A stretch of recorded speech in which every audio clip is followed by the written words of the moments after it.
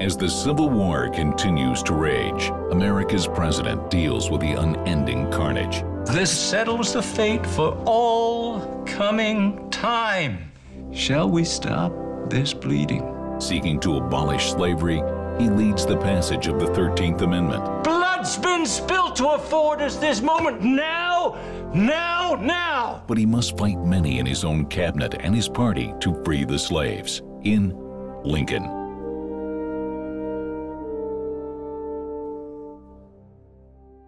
Hi, I'm Salim. I'm Aaron. And I'm Leah. And we're here to Gettysburg Address the new Steven Spielberg movie, Lincoln, starring Daniel Day-Lewis as the 16th president. We've all just seen it. Aaron, why don't you start us off? This film is based off a book written by Doris Kearns Goodwin about the life of Abraham Lincoln.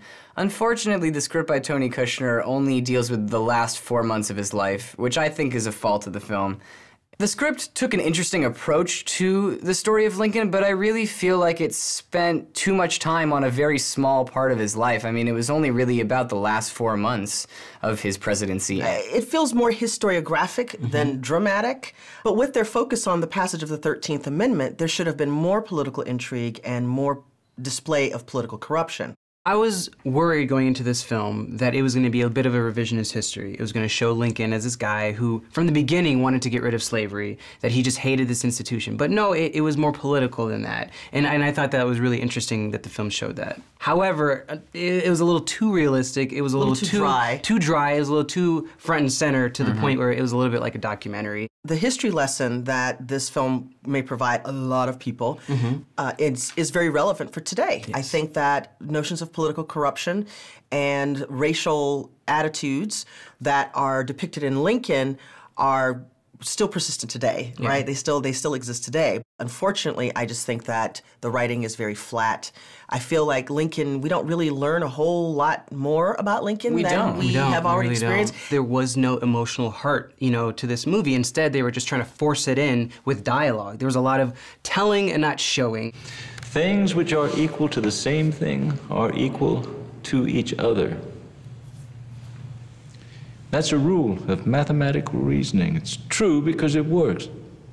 Has done and always will do. At the very least, Daniel Day-Lewis as Lincoln is amazing. Yeah, let's talk about Daniel Day. Yeah, I mean, I thought, the makeup was great. He certainly had the stature. It appeared, he certainly carried himself in a way in which we imagine ourselves to think Lincoln probably really did carry himself. His specific mannerisms and the way he dealt with situations, I didn't anticipate that being the way he behaved, but I liked it after about 45 minutes of getting used to it. I find that fascinating because it's like we don't really know what Lincoln sounded like, right? What his mannerisms were, but we have this, for some reason, this idea, this impression in our head that he has this very loud, booming voice. And so when we saw Daniel Day-Lewis wasn't like that, it was a little bit hard to get used to, but it actually works, and you realize that it goes into his character. This is Lincoln. I did want to see him, bare his teeth a little bit more. Yeah, there was only one real moment where he got angry, and it was a good moment. Which moment are you talking about? That scene with his wife? Well, that was the yelling Sally Field. Yeah, Sally Field as Mary Todd Lincoln was a little bit of a disappointment. And I think the primary reason, though, was just that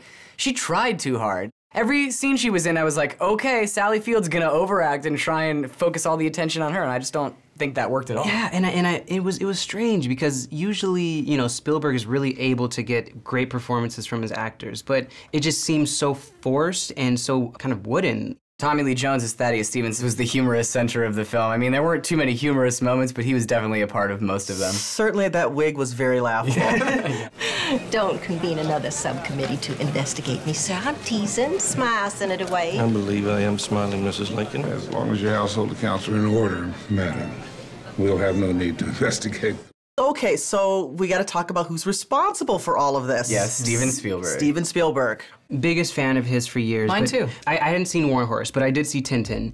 And from seeing that, he doesn't have the hunger anymore. He just doesn't have this emotional resonance to his movies. Tintin's a rough one, though, because it's motion capture, and he did it with Peter Jackson. I did see War Horse, and War Horse was a disappointment. I think that the last film that I've actually really enjoyed of his was Minority Report in 2002. When I think back about the first half of War of the Worlds, thought that was fantastic, you know? So we're talking the mid-2000s. I don't think that I've enjoyed anything that Spielberg has generated since then. He can do anything he wants. He doesn't have to be creative anymore. You look at something like Jaws, where the shark didn't work, so he had to figure it out. He was 26 years old. I mean, he had challenges, and I really feel like that's what makes good films. I mean, filmmakers need challenges in their lives to be able to tell interesting stories, and I think he doesn't have any challenges anymore. He's got more money than he knows what to do with, especially when it comes to making movies, so he can just kind of coast. I agree with much of what you both said, and I just kind of feel like, I feel like he's lost edge, he's lost point of view or perspective. One thing he does do well, though, and always has done well, is production. Oh, production value. Great. Yeah, everything's great. The sets are amazing. I mean, it looks and feels like I'm in 1860s. But it's just... It's flatline. There is no pulse in this movie. Although Daniel Day-Lewis and Tommy Lee Jones are wonderful in their roles, I don't really think that this is necessary viewing in a movie theater, so I'm going to say stream it. The history lesson around the 13th Amendment is definitely worth seeing, but I'm going to emancipate people from seeing it in a theater. See it at home, stream it. For the history lesson, I say stream it. Well, it looks like our votes add up to 1.5 tickets, which is a stream it for Lincoln.